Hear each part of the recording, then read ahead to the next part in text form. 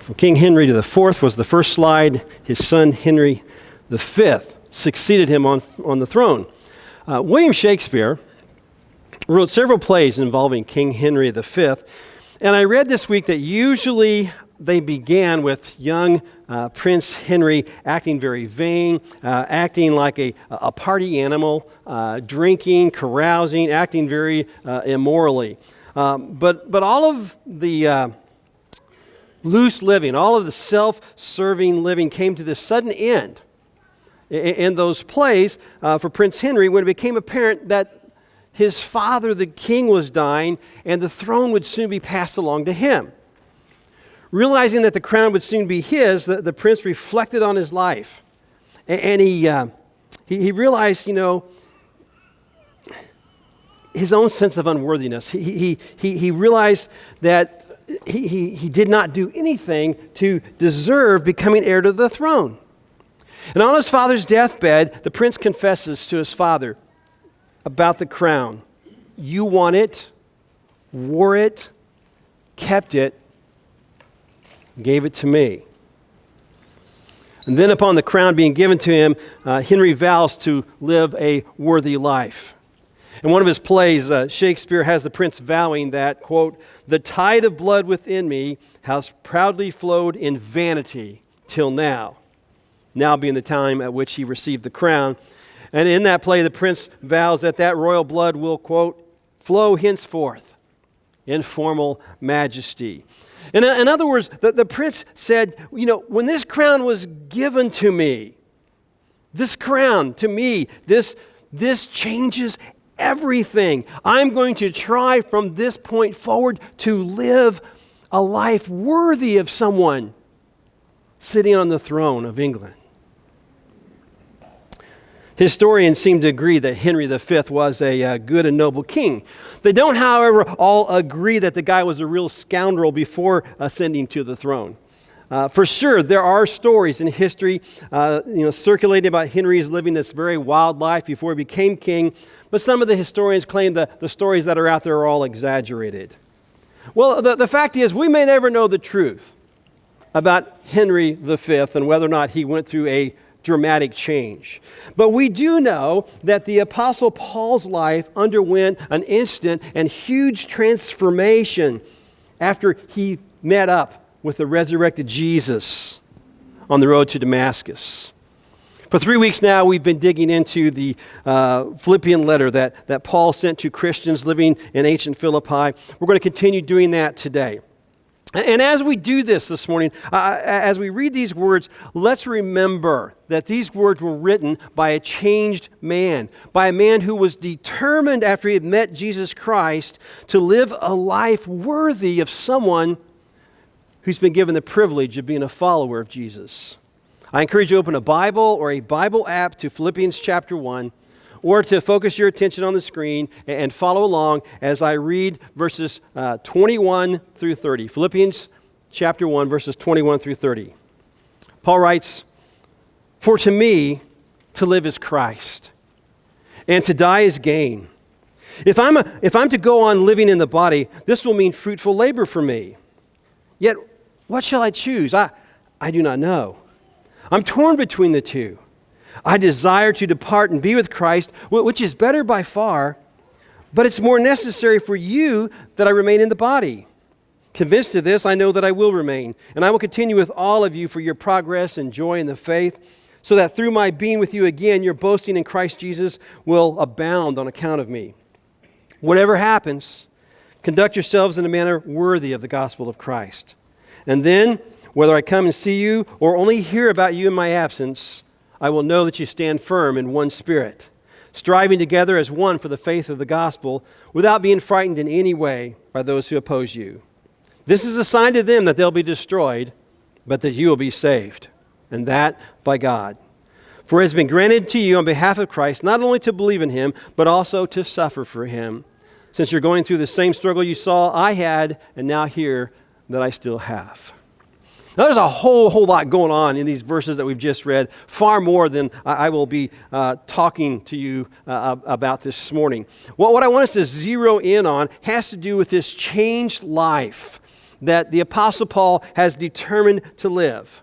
You see, in the same sense that Henry V realized he needed to change because he wouldn't be a good king of England if he continued to live an immoral and wild life, Paul realized that he needed to change some things in his life if he was going to be a good follower of Jesus.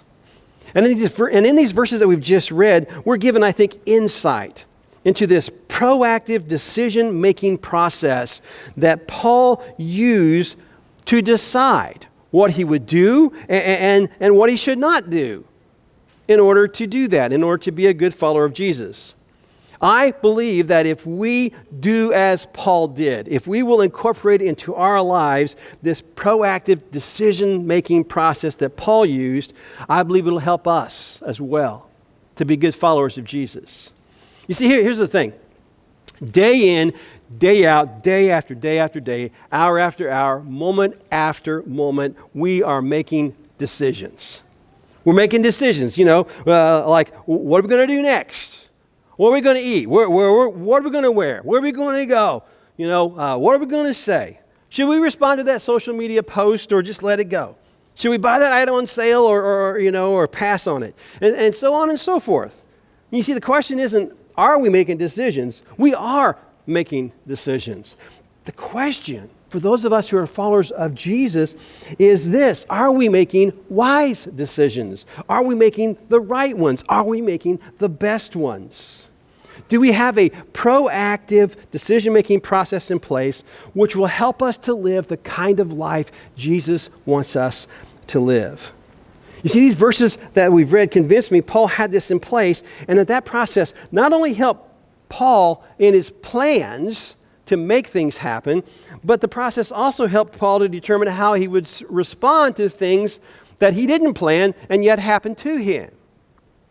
Some of you are old enough, I know, some of you are old enough to remember the old A-Team TV shows. The A-Team, those A-Team television shows, they always had the A-Team rescuing somebody from, some injustice that was being done to them. And almost in every single episode, in order for the rescue to be pulled off, they'd have to come up with some, completely crazy, elaborate scheme and then carry it out to keep the injustice from continuing.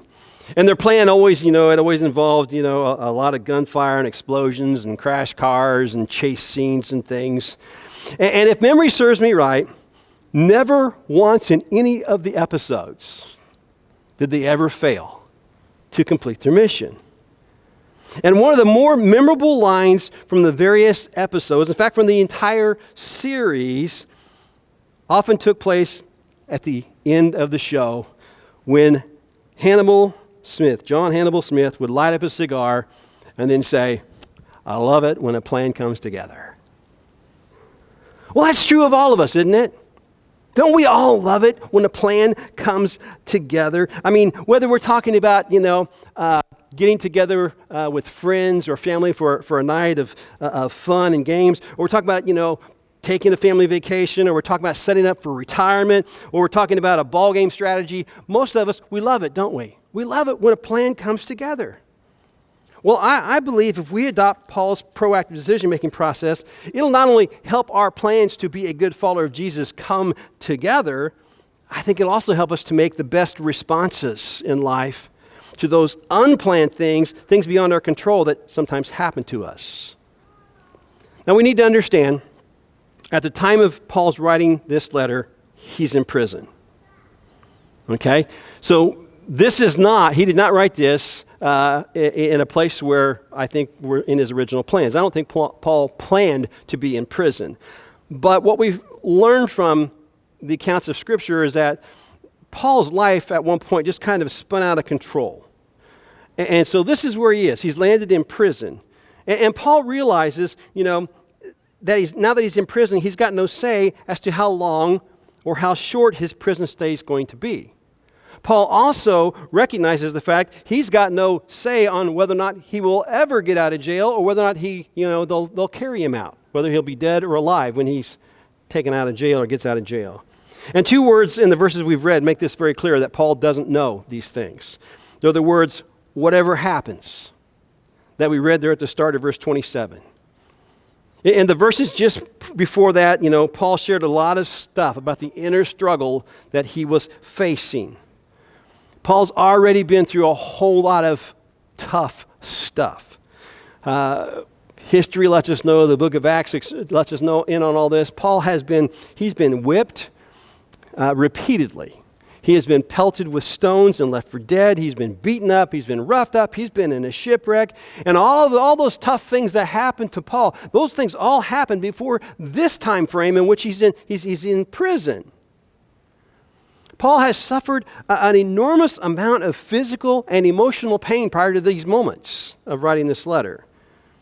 And while there's no end in sight as far as his suffering goes and his prison sentence goes and all of that, he's ready for it to end. He's ready for the suffering to stop. And Paul knows that the suffering that he has had in the past, the suffering that he's dealing with at the moment, he knows that it's going to stop the moment he dies. He knows that right after he dies, he's going to go to be with Jesus Christ forever, and that Jesus will wipe away the tears and take away all of the pain. And Paul is really looking forward to that. And yet at the same time, Paul's thinking, while I mostly, want to go to heaven, and I want to be with Jesus, and I want to be done with all this suffering and all this jail time, Paul's thinking, a part of me, though, wants to keep living here on earth so I can help others. Paraphrasing what Paul wrote there, Paul claimed, I'm somewhat torn about what to do.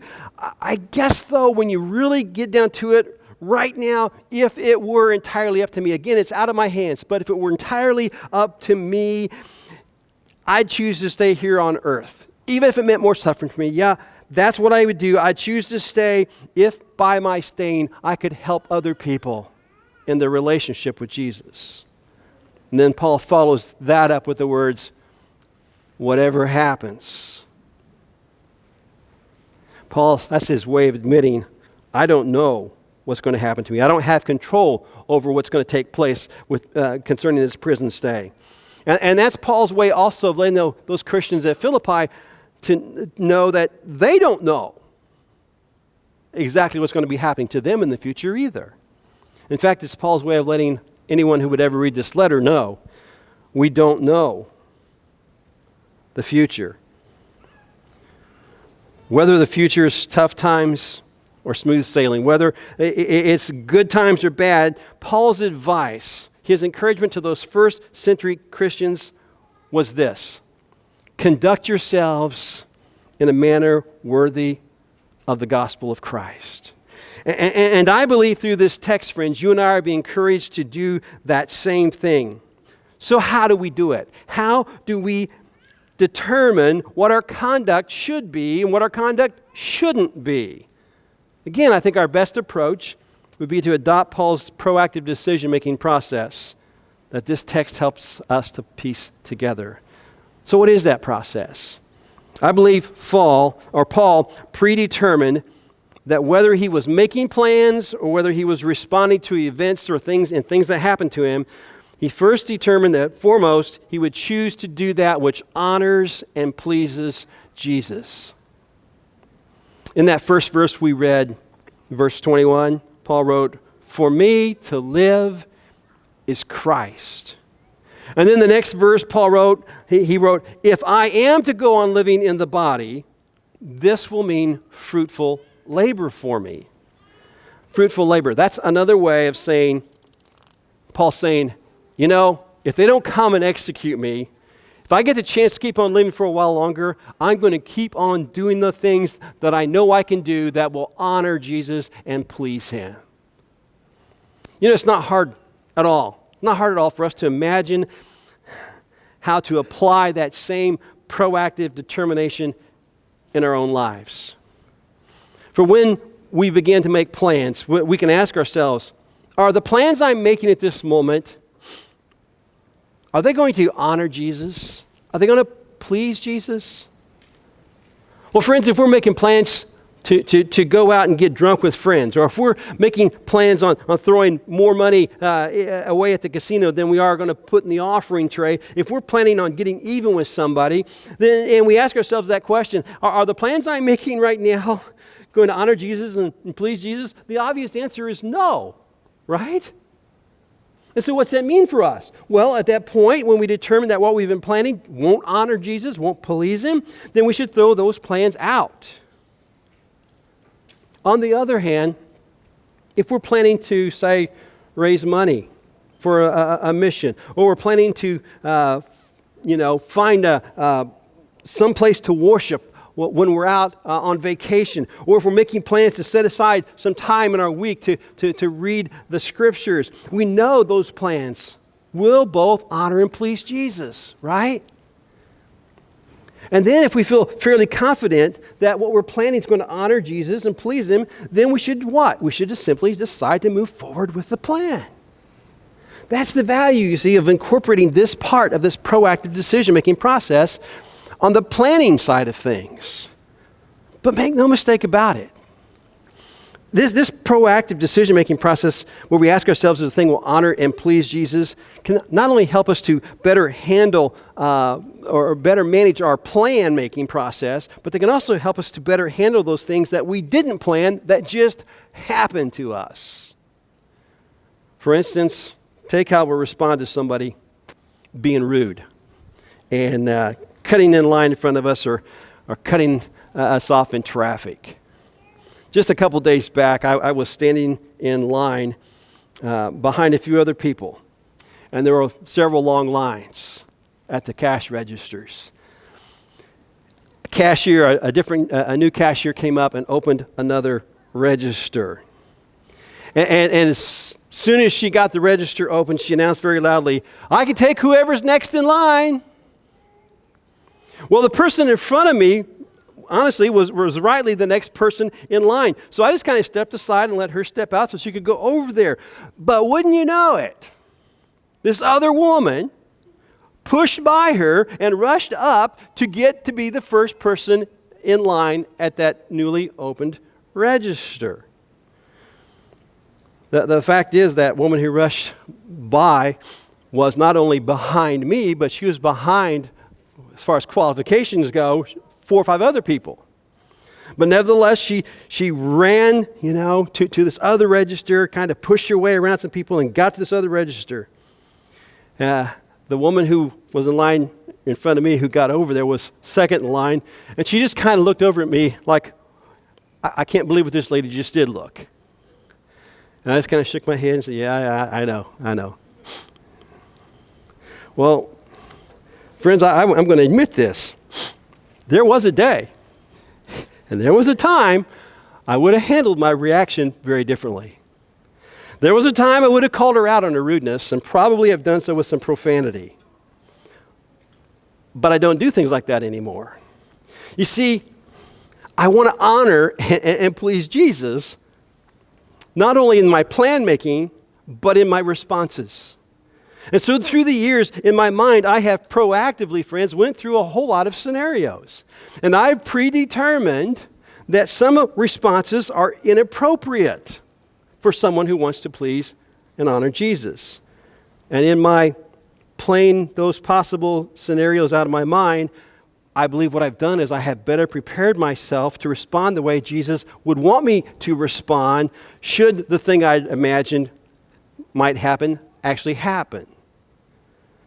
The fact is, while my initial desire is to repay wrong with wrong, I have been training myself through the years to fight that desire. And at the same time, I have taught myself to try and think the best of the other person rather than think the worst of the other person. And my proactive plan, friends, when it comes to something like what I just brought up, my proactive plan is to pray for the other person. Now, the last thing I'll say about that is it's a good thing that we can pray with our eyes open, because otherwise I'd be in some really dangerous positions driving during rush hour, if you know what I mean.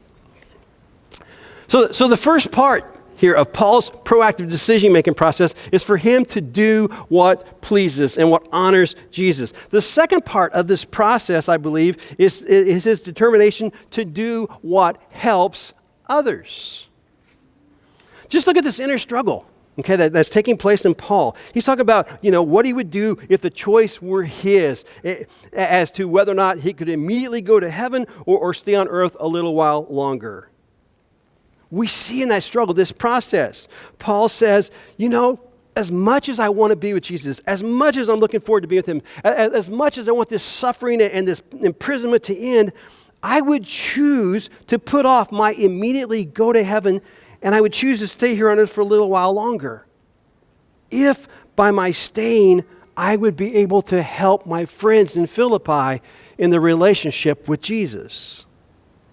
You see, Paul's mindset of putting God's honor and God's pleasure and the needs of others before his personal desires in this decision-making process is really, I think, his way of attempting to do his very best to live in obedience to Jesus and to show his love to Jesus.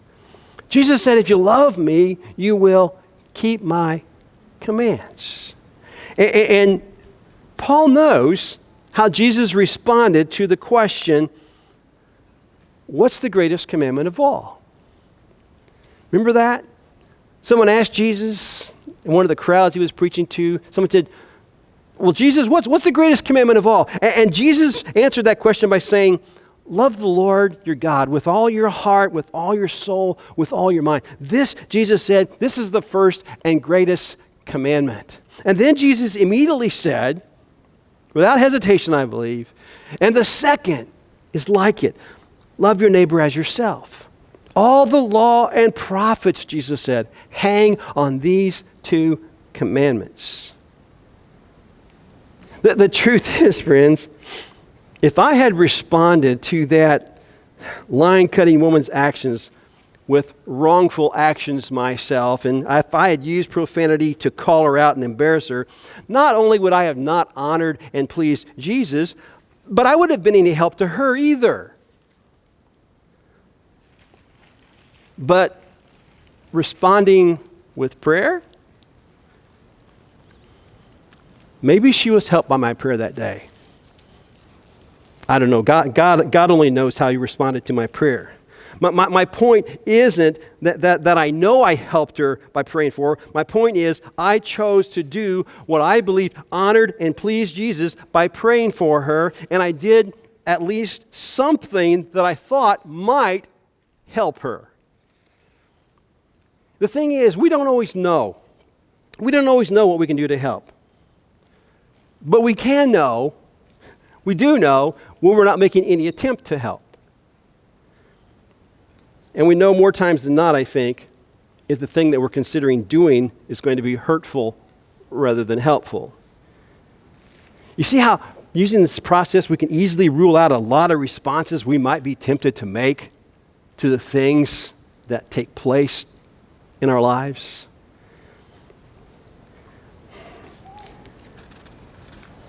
If we're looking at a situation and we say, is this going to please Jesus? Is this going to honor Jesus? Is this going to help the other person? And the answer is no, then we decide not to do it.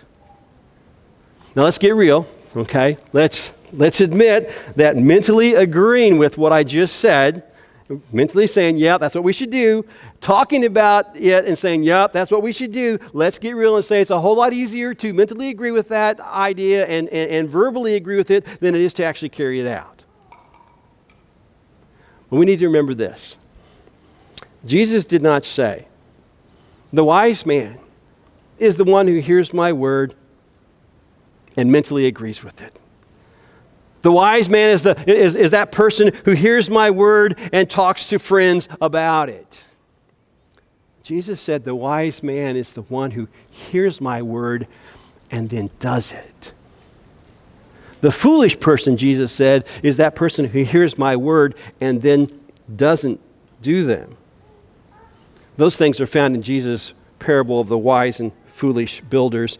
You can find that parable in Matthew chapter 7 at the end of Jesus' Sermon on the Mount. That parable, by the way, is known as a judgment parable It serves to remind us, folks, that how we live our lives out here on earth matters to God.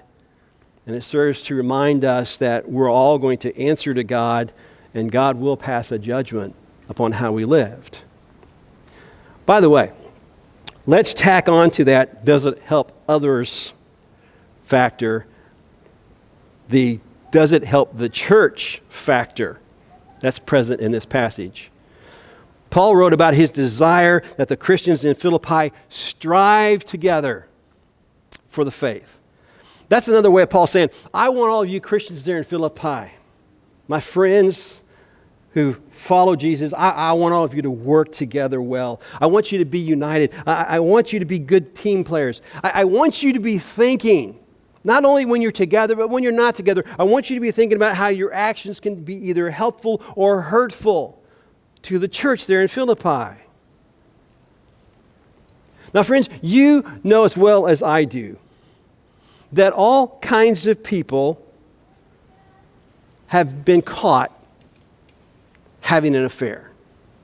You know all kinds of people have been caught stealing from their employers. You know all kinds of people, wear ridiculously expensive tennis shoes. And unless they're a celebrity, right? Unless they're a celebrity, the knowledge of those things never makes it to the news media, never goes viral. But if that person caught having an affair, if that person caught embezzling, if that person seen wearing ridiculously expensive tennis shoes is a well-known preacher, or for that matter, maybe even not so well-known preacher, the word about that preacher doesn't just slip out quietly. No, that's not how it happens. That word gets broadcasted. It gets shared. It gets tweeted. It becomes the subject of ridicule by the late night talk show host. It gets talked about at people's places of employment. It gets talked about at the dinner table. Now, I know you are probably growing a little tired by bringing up that line butter at the store, but just think of what could have happened. Just think of the what if could have happened things that might have happened if I had, in fact, lost it with that person. I mean, let's say that was the last straw for me that morning, and I blew a gasket of rudeness, and I left my line, and I went over to that woman, and I got right in her face, and I just started cussing her out. And let's say she responded to my anger with her anger of her own. And then let's say she hits me with her purse. And then I respond by pushing her to the floor. And then the next moment you see management's there and security's there on the scene. And they step between us. And as they step between us, she reaches out and she grabs me and pulls me close and spits on me. And then I, in response, lunge towards her. And in the process, I accidentally elbow the security guy. Well, he whips out his taser. But in the scuffle, he misses me and hits the manager. Crazier things than that have happened, folks. You tell me, what kind of black eye would that kind of behavior give to the honor of Jesus? What kind of disgrace and embarrassment would that bring the church? And not just this local body, but the entire church across America. Just think of how the media would react to something like that. And that's not to mention the harm or the embarrassment it would bring my family. Now, I don't want you to leave this place this morning worrying about your crazy preacher going out and doing something like that. With God's help, I never will. But while a whole lot of people, I want you to think about this, while a whole lot of people think about how easily the actions of the preacher can negatively impact the local church and the church globally, many people don't think about how the things that they do negatively themselves might impact the church, might impact this church. For instance, let's say we have this first-time guest attend one of our services. And let's say that one of our regular attendees has been through a tough week. And since they've been through a tough week, they feel they are entitled to bring with them to worship on that given day a bad attitude. Now remember, friends, attitude is a choice. It is always a choice. In fact, next Sunday, we're going to find Paul talking about you and I have the attitude of Christ in us. But getting back to the illustration, let's just say that this first-time guest happened to come in the door and ended up slipping by our greeter out front who was talking to another guest. And let's say that that first-time guest wasn't aware in any way or form, how could he or she be, that that member had been through a tough week and that that member had a bad attitude that morning. And he or she, with toddler in tow, politely asked that member for directions to the church nursery. And let's just say that that member sporting that bad attitude responds by saying, well, where's the church nursery? How should I know? Why would I care? And let's say, embarrassed by that confrontation, that guest doesn't speak to anybody else, but just walks out the door. Now let's say that guest, who's never really been big on church, happened to come that day looking for and being in desperate need of some spiritual encouragement. And let's just say that person who was never ever big on church was really big into the social medias. And let's say that they had a huge following on the social medias. And let's just say that before they even left the parking lot that day, they've shotgun blasted their experience on the internet. And it goes viral.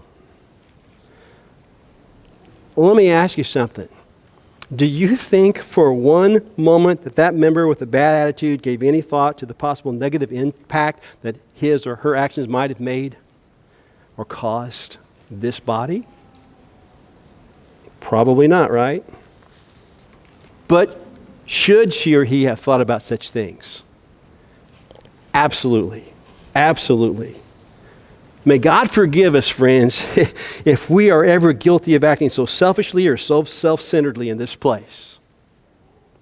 You see, before we act, before we speak, before we Facebook, before you or I YouTube, before we TikTok, before we tweet, before we WhatsApp with what's up, before you or I, make that phone call, before we make that confrontation, we need to run by what we are considering doing through this proactive decision-making process. We need to ask, what I'm about to do, is it going to honor Jesus? Is it going to please Jesus? Is it going to help the other person? Is it going to help the church? And if the answer is no on any of those things, friends, we need to sift what we're thinking about doing out of the possibilities. And then, after we've done all those other things and answered all those other questions, then and only then, shall we move on to the last part of this process, which is this. At that point, then we do what we want, and then we do what we think is best. When it's yes to all the others, then we can move on to this last point and say, okay, what do I want to do? What do I think is best? I'm going to ask the worship team to come back up, and as they're doing that, I want to share one last illustration with you. Years ago, I was given an illustration called the umbrella of God's will. Oh, it's going to cause it to rain now. Okay, so I know people say, don't open an umbrella, and I'm doing it for an illustration, okay? Years ago, I saw this idea called the umbrella of God's will. And basically, what the idea is this, is the umbrella represents those commands and desires of God for us. And so on the umbrella, you've got things like, the Ten Commandments. So there's, you don't steal, don't kill, don't commit adultery, don't covet, and all these things. On here, you've got God's commands to love other people, to be kind, to avoid coarse language, and things like that. You've got all this on here. So here's the deal, okay? Take these things that I've just talked about, and they're a part of this umbrella. Whether or not God would want us to do it, the question can be easily answered. Will it honor Jesus? Yes. Okay, you're under the umbrella. Will it honor Jesus? No. I'm outside the umbrella. I'm outside of God's will. Will it please Jesus? Yes, I'm under the umbrella. Will it displease Jesus? Yes. Oh, that takes you outside of the will of God. Will it help the other person? Yes. Okay, you're under the umbrella. Will it hurt the other person? Will it help them to draw near Jesus? Yes. Will it drive them away from Jesus?